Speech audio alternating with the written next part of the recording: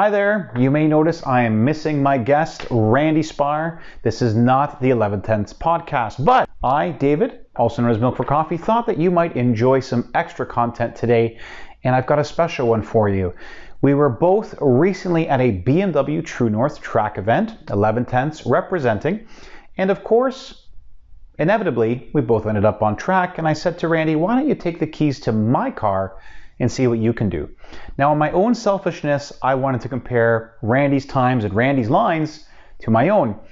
After reviewing the footage and comparing times, it was a lot more interesting than I thought it would be. So for those of you that love track data, stay tuned, watch the video. For those of you that just want to see our comparison laps and resulting lap times in the same car, go ahead, move on ahead in the video. But I made notes because there's a lot of cool stuff that actually I realized while reviewing the footage. So first things first, I need to point out Randy has about 20 more years of driving experience than me. And I don't mean like A to B, going to work, going to school. No. I mean on track, autocross, instructing. Randy's got a lot more experience. This is one lap over the course of an entire day. One thing I need to preface here. Randy did this lap in my car after only 5 laps, okay? So first things first, go back to the February 11th, 2021 podcast episode if you want to learn more about Randy and his driving resume. Although Randy has driven this car, my BMW Z4, a few times now, you may notice it in the intro video. He's doing a beautiful drift around a autocross setup course there, a nice little skid pad circular drift. But on this particular day, he only had 5 or 6 laps in the car, got used to it, and then immediately put down just an absolute flyer lap. So let's get that out of the way. It took me multiple sessions, and I was really trying throughout the whole day to try and trim my times. I was running in the 1 minute and 22, 1 minute and 23 second area for most of the day until I started to crack off a few 121s, low 122s. So I've only been driving and learning at the track for the last 3 to 4 years. So that needs to be said as a preface there. Okay, let's dive into some of the lap stuff because I want you to pay attention to this when you're comparing our laps. There's only obviously a minute and 20 something seconds of footage to watch, but I want you to compare. So first of all, the delta times that are shown, because this is from a Garmin Catalyst, okay? It shows our optimum time. It doesn't show the delta between us both. It shows his optimal predicted line by the Garmin Catalyst and my optimum predicted line. So you can see where it thinks we can find some time on the track for ourselves. Let's dive into it. So at the end of the straight, we have a similar top speed. I'm doing 173, he's doing 175. So there's not much in it there.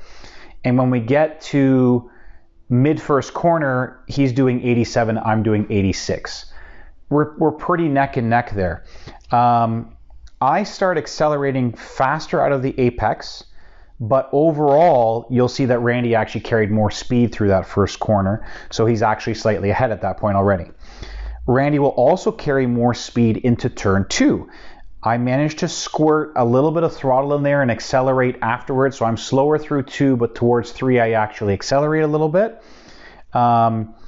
Throughout the day for me, I actually felt more comfortable. I was diving down into second, but I would start to mess up my lines and stuff, so I actually decided to stay into third gear, not worry about shifting, just use the torque and better line to pull me through, versus Randy's getting into it, shifting down into second through that spot, and you'll hear that.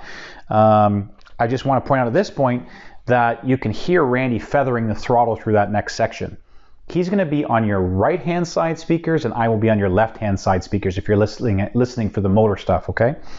So Randy gets down in the second gear. He's feathering for grip, and he's still ahead a little bit by this point, right? At turn 3, I'm about 10 kilometers an hour faster through the turn. I've got a wider entry, you'll notice. This puts me ahead, but I apex really early, and then Randy gets back ahead with a better line through the next corner, and again, he carries more speed.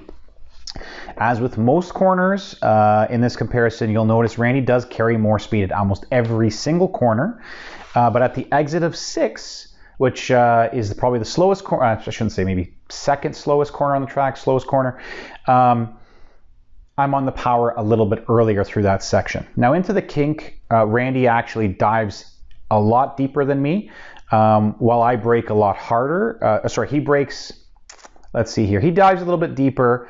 I brake a little bit longer. We both weren't a big fan of the feeling of the brakes of the car right now. It's not as tight. There's a lot of pedal travel. That's something that I'm going to be going back to because I used to brake into that turn a lot later. But now I'm finding I'm braking at that first set of curbs on the left-hand side versus I used to brake right before the right-hand curbs. So something's going on with my brakes there. Anyway, yeah, he's still slightly ahead through that section. Through the next section, our speeds are similar. But going through corner 11, I actually am about 15 kilometers an hour faster through turn 11. And I push quite wide. It's a new line that I was trying out, and then braking hard because the next corner is really slow. It's not a throwaway per se, but you know what? I'm trying to carry that speed throughout there. That's a couple of tips I've gotten from a few different drivers who are, also faster. But then again, as much as I reel Randy back in here, he does carry more speed and does seem to accelerate or at least start to get onto the straight a little bit faster. And away we go, and you'll see the results. So for you listeners out there, the top was down, so you'll hear some wind noise on the straightaways. Don't worry, I try to turn it down so it's not too bad for you. Top-down racing, sometimes you can get away with that. So no apologies because it makes for a great experience for the driver. Yeah. Enough talking. Enjoy the lap comparison. Let me know what you think. We'd love to hear your thoughts, your suggestions, maybe make some predictions on who you think was going to be faster or maybe how close it was going to be. I'll summarize by saying there wasn't 11/10ths in it. Enjoy.